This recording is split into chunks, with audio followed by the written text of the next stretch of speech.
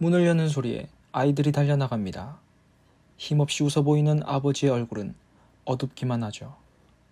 수고했다는 아내의 말에 고개를 끄덕여도 도통 힘을 내지 않는 남자는 이제 갓 초등학교에 입학한 두 아이의 밝은 모습에 더욱 표정이 굳고 말았습니다.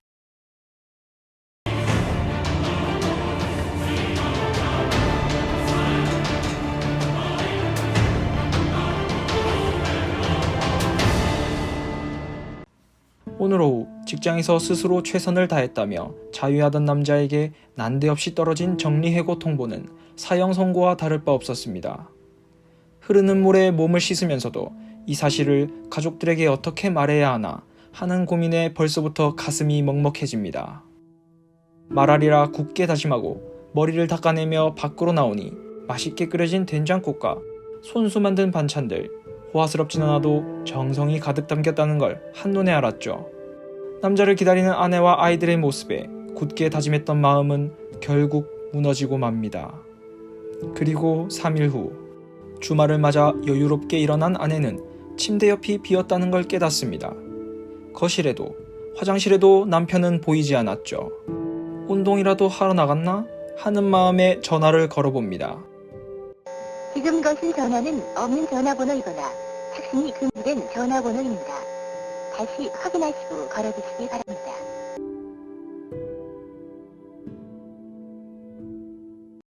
자살은 1000년이 넘는 긴 기간 동안 일본의 문화로 자리 잡았습니다. 자살이 문화라니 이것을 이해하기 위해 쉬운 예를 하나 가져와 보겠습니다. 명예를 실추시킨 죄를 스스로에게 물어 배를 가르고 목숨을 끊는 행위를 말하죠. 그만큼 일본인들은 명예를 중요하게 생각합니다. 오늘날 일본인들에게 명예의 실추란 경제적인 실패, 이혼이나 실직, 나아가 시험에서 떨어지는 것까지 포함하죠. 하지만 현대에 이르러 실추된 명예를 회복하기 위해 육체적인 죽음을 선택하는 자살 문화는 거의 사라졌습니다. 대신 사회적 죽음이 새롭게 등장하죠. 자발적 실종이라 일컫는 일본의 새로운 자살이 바로 그것입니다. 실직한 가장, 부하 여직원에게 남편을 빼앗긴 이혼녀, 시험에 여러 번 떨어져 부모님을 뵐 면목이 없는 학생 등 수많은 사연을 가진 사람들은 수치심을 견디기 힘들어하죠. 실패라는 칼로 자신들을 찌를 듯이 바라보는 주변의 시선은 견디기 힘들었을 겁니다. 이러한 사람들을 위해 일명 밤이사로 불리는 업체들이 등장하게 됩니다. 자발적 실종을 원하는 고객들의 이름과 신상 정보, 심지어 인터넷 기록까지도 모두 삭제하는 것은 물론 새로운 이름과 보금자리, 그리고 직장까지 구해주는 업체입니다. 야동 기록도 삭제 개꿀. 가격은 겨우 수백만 원 정도로 생각보다 비싸지 않습니다. 그 돈이면 기존의 삶을 버리고 새로운 삶을 쟁취할 수 있는 것이죠. 하지만 이들은 대개 신원이 애매하기 때문에 직업을 선택할 수 있는 폭이 매우 좁습니다. 그래서 대부분의 자발적 실종자들은 후쿠시마현으로 향합니다. 2011년 동일본 대지진으로 인해 황폐해진 후쿠시마는 방사능 오염 제거에 종사하는 직원들이 해마다 줄어들었기 때문에 항상 인력 부족에 시달려왔습니다. 그래서 서류 없이 찾아와 일을 하겠다는 이들을 마다하지 않았죠. 뿐만 아니라 사람들이 꺼려하는 각종 위험 직장에서 이들을 고용합니다. 새로운 삶이 행복하지 않다는 걸 그들 스스로도 잘 알고 있습니다. 그럼에도 스스로를 감추고자 하는 그들. 죽음은 무서울 뿐 수치심에서 벗어나고자 하는 이들의 선택은 극단적이기까지 합니다. 일본인들이 생각하는 명예의 실추라는 것은 우리가 생각하는 그것보다 훨씬 폭이 넓습니다. 자발적 실종자인 남편을 애타게 찾던 아내 또한 남편에 대한 소문이 떠돌자 수치심이 못 이겨 그녀 자신 역시 자발적 실종을 선택했죠. 실제로 일어난 일입니다.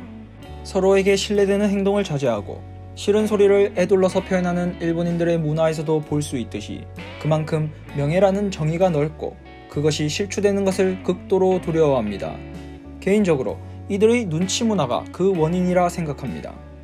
주변의 평가와 시선들이 삶의 중요한 한 부분으로 자리 잡은 이들의 문화를 비하하고자 하는 의도는 아닙니다. 눈치 없다고 꼽주면 큰일 나겠다.